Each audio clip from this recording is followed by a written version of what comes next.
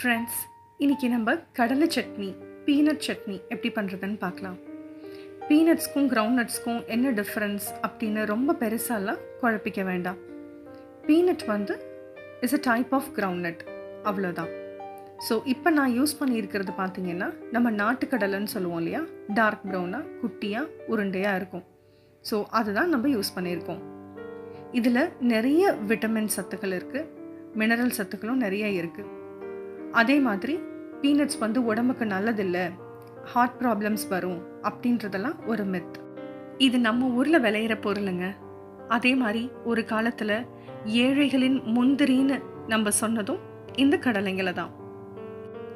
So எந்த ஒரு food ஐட்டமுமே சரியான அளவில் சரியான முறையில் சமைச்சு சாப்பிடும்போது அதோட பெனிஃபிட்ஸை கண்டிப்பாக நம்ம ரியலைஸ் பண்ணலாம். இப்போது இன்க்ரீடியன்ட்ஸ் பார்த்துக்கலாம். கொஞ்சம் கடலைங்க தோலோடு தான் வச்சுருக்கேன், மிளகாய், சின்ன வெங்காயம், பூண்டு 2 பல், கொஞ்சம் புளி, கருப்பு எள்ளு, அசஃபோடிட்டா, அப்புறம் உப்பு. இதுக்கு தேவையான இன்க்ரீடியன்ட்ஸை நம்ம ஒன்று ஒன்றா வதக்கிக்கலாம்.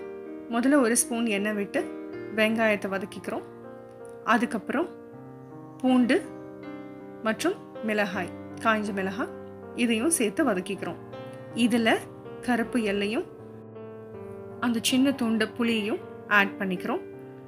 லைட்டாக வதங்கினா போதும், தனியாக எடுத்து வச்சுக்கலாம், கொஞ்சம் கூலாகட்டும். இப்போ அதே பேனில் நம்ம எடுத்து வச்சுருக்கிற கடலையை ஆட் பண்ணிக்கலாம். இதுக்கு திருப்பி எண்ணெய் விட தேவையில்லை. ஸோ நல்ல கடலையிலேருந்து வாசம் வர வரைக்கும் அதை வறுத்துக்கலாம். லேசாக பொன் வறுவல் ஆகணும். ஸோ இப்போ 2 கூல்டவுன் ஆனதுக்கப்புறம் நம்ம அரைக்க தயார் பண்ணிக்கலாம். வெங்காயத்தை தவிர எல்லா இன்க்ரீடியன்ஸையும் ஆட் பண்ணிக்கலாம். எப்பயுமே சட்னி அரைக்கும்போது வெங்காயம் சேர்க்குறதா இருந்தால் அதை கொஞ்சம் கடைசியாக சேருங்க. அப்போ தான் சட்னி ரொம்ப நைஸாக பிசு பிசுன்னு இல்லாமல் கொஞ்சம் குறப்பாக நல்லாயிருக்கும். ஸோ இப்போ நம்ம ஃபஸ்ட்டு வெங்காயம் தவிர மற்ற இன்க்ரீடியன்ஸை அரைச்சிக்கலாம். இதை அரைச்சி தேவையான கன்சிஸ்டன்சி வந்த உடனே வெங்காயத்தையும் ஆட் பண்ணிக்கலாம். கடலை சட்னி கொஞ்சம் அதிகமாக தண்ணி இழுக்கும், அதனால் தேவையான அளவு தண்ணி கொஞ்சம் கொஞ்சமாக ஆட் பண்ணி அரைச்சி எடுத்துக்கோங்க. ஸோ இப்போ நமக்கு சட்னி அரைச்சி எடுத்துட்டோம். இதை தாளிச்சிடலாம். தாளிக்கிறதுக்கு கருவேப்பிலை, கடுகு, ஒரே ஒரு காஞ்ச மிளகாய் எடுத்து வச்சுருக்கேன். எண்ணெய் சூடானதும் தாளித்து அதை உங்கள் சட்னியில் ஆட் பண்ணிவிடுங்க. ஸோ சுவையான கடலை சட்னி ரெடி.